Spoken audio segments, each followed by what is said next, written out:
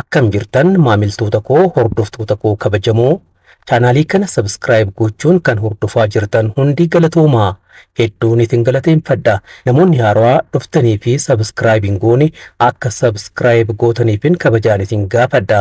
Subscribe, share, like godhaa. Yoo kana gootan haala salphaa ta'een namoota biroo biras ga'uu danda'a waan ta'eef hirmaadhaa.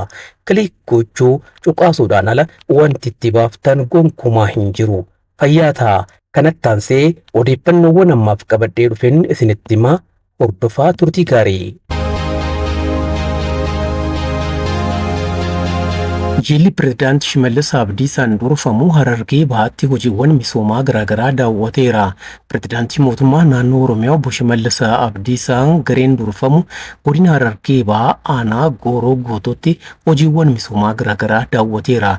Jilli kun hojiilee horsiisa lukkuu, horsiisa loon aannanii fi furdisa loonii akkasumas inisheetivii horsiisa kanniisaa daawwateera. Inisheetiviiwwan hojjetamaa jiran qabatamatti bu'aan agarsiisan abdachiisaa ta'uu Pireezidaanti Shimallis Abdiisaa wayituma kana himaniiru.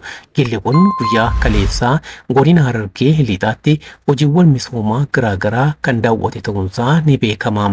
Pireezidaantii mootummaa naannoo Oromiyaa Shimallis Abdiisaan magaalaa Maayaatti giddugala gabaa Jimaa Awadaay hojii eegalchiisaniiru. Giddugalli gabaa Jimaa Awadaay birrii miliyoona 400 caaluun ijaaramaa turuun ni yaadatama. Giddugalichi rakkoo gabaa Jimaa qonnaan bultoota Harargee furuudhaan cinatti dinagdee biyyaa fi naannoof gahee olaanaa akka qabu Pireezidaanti Shimallis wayituma kana himaniiru. Sadarkaa naannootti magaalota yeroo dhiyoo hundaa'an keessa magaalaa Maayaatti ijaaramuun giddugalichaas guddina magaalaa Maayaatiif murteessaa ta'uu akka himan beekameera. Jilli Pireezidaanti Shimallis Abdiisaan durfamu magaalattiitti warshaa nyaata beeladaa dabalatee inisheetivii furdisa loonii, loon aannanii fi horsiisa lukkuu akka daawwatee himameera. Hojiin seenaa yaraa gara seenaa boonsaatti jijjiiruu Harargee Lixaatti argame godinaalee birootiifis barnoota ta'uu akka qabu Pireezidaantiin mootummaa naannoo Oromiyaa Obbo Shimallis Abdiisaa hubachiisaniiru. Pireezidaanti Shimallis daawwannaa godina Harargee Lixaatti taasifame ilaalchisuudhaan ergaa dabarsaniiru. Guutuu ergaa isaanii akka ittaanu kanattiin isinii dhiyeessamu. Imala keenya itti fufuudhaan har'a Harargeetti argamuun uummata keenya godina Harargee Lixaa gidduutti argamuudhaan yaadaa fi gaaffiisaa itti dhiyeenyaan qalbeeffanneerra. Akkasumas meeshaa misoomaa keenya kan ta'an inisheetivootaa fi pirojektoota jiran qalbiidhaan daawwannee jirra jedhan Obbo Shimallis. Haaluma akkanaan aanaalee Odaa Bultuum, Mi'eessoo, Gumbii Bordoddee akkasumas magaalaa Baddeessaa keessa naanna'uudhaan hidhaafinnaa warshaa maarbilii burqaa, horsiisa beeladaa, warshaa qindeessa nyaata beeladaa, yuuniinii qonnaan bultootaa, giddugala gabaa Jimaa akkasumas kilaastara boqqolloo ilaallee jirra. Uummanni godina Harargee Lixaa waa hunda osoo qabu akkaataa itti hoogganamee fi mancaatii qabeenya uumamaarraa kan ka'e hiyyummaa fi baqattummaadhaaf saaxilamee turuun isaa ni yaadatama. Kuni akka malee nama gaddisiisa. Uummanni rakkoo dandamachuun beekamu kun hojii eegumsaa fi kunuunsa qabeenya uumamaa gannaa bona raawwateen seenaa yaraa sana jijjiiruudhaan Harargee Lixaa lafa itti baqatan taasisuu danda'eera. Hojii boonsaa kanaaf uummata Harargee Lixaa maqaa kiyyaa fi maqaa mootummaa naannoo Oromiyaatiin galateeffachuun barbaada. Mootummaan keenyas yeroo ammaa rakkoo uummata keenyaa adda baasee furmaata isaa irratti hojjechaa jira. Haaluma kanaan rakkoo bishaanii jiru hiikuudhaaf pirojektoota finnaa hedduu xumuraa jira.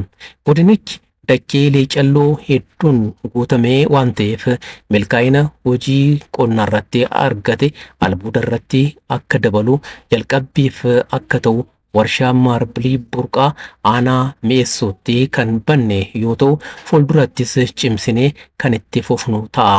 Dhumarrattis hojiin seenaa yaraa gara seenaa boonsaatti jijjiiruu Harargee Lixaatti agarree godinaalee biroofis barnoota guddaa akka ta'u yaadachiisuun barbaada jedhaniiru. Pireezidaantiin mootummaa naannoo Oromiyaa Obbo Shimallis Abdiisaa daawwannaa godina Harargee lixaatti taasisan ilaalchisuun ergaa dabarsaniin. Odeeffannoo itti aanuun walga'iin faallaa warra Wayyaanee magaalaa Maqaleetti akka gaggeeffame beekameera. Walga'iin kun obbo Geetaachoo Raddaatiin kan hoogganame akka ta'e beekameera. Hirmaattonni walga'ichaa yaa'iin TPLF 14ffaan seera qabeessa miti jechuun akka balaaleffatan beekameera. Walga'ii faallaa Wayyaanee kanarratti kanneen hirmaatan miseensota koree giddu galeessaa duraanii adda of baasan, miseensota koomishinii to'annoo duraanii, hooggantoota naannoo godinaa kan aanaa fi kanneen biroo akka ta'an gabaasa dhimmicha irratti xiyyeeffachuun tamsa irraa hubachuun danda'ameera.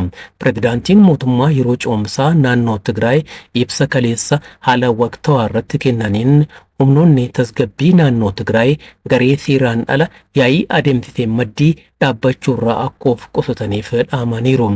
Gareen diddaadhaan yaa'ii gaggeesse wanti fiduu danda'u akka hin jirre waan hubanneef yaa'icha akka hin gaggeessineef nuti hin dhoorkinen jedhaniiru. Geetaachoon ibsa kennan kanaan humna abdatan waan qabaniif seeraan ala deemaa jiran.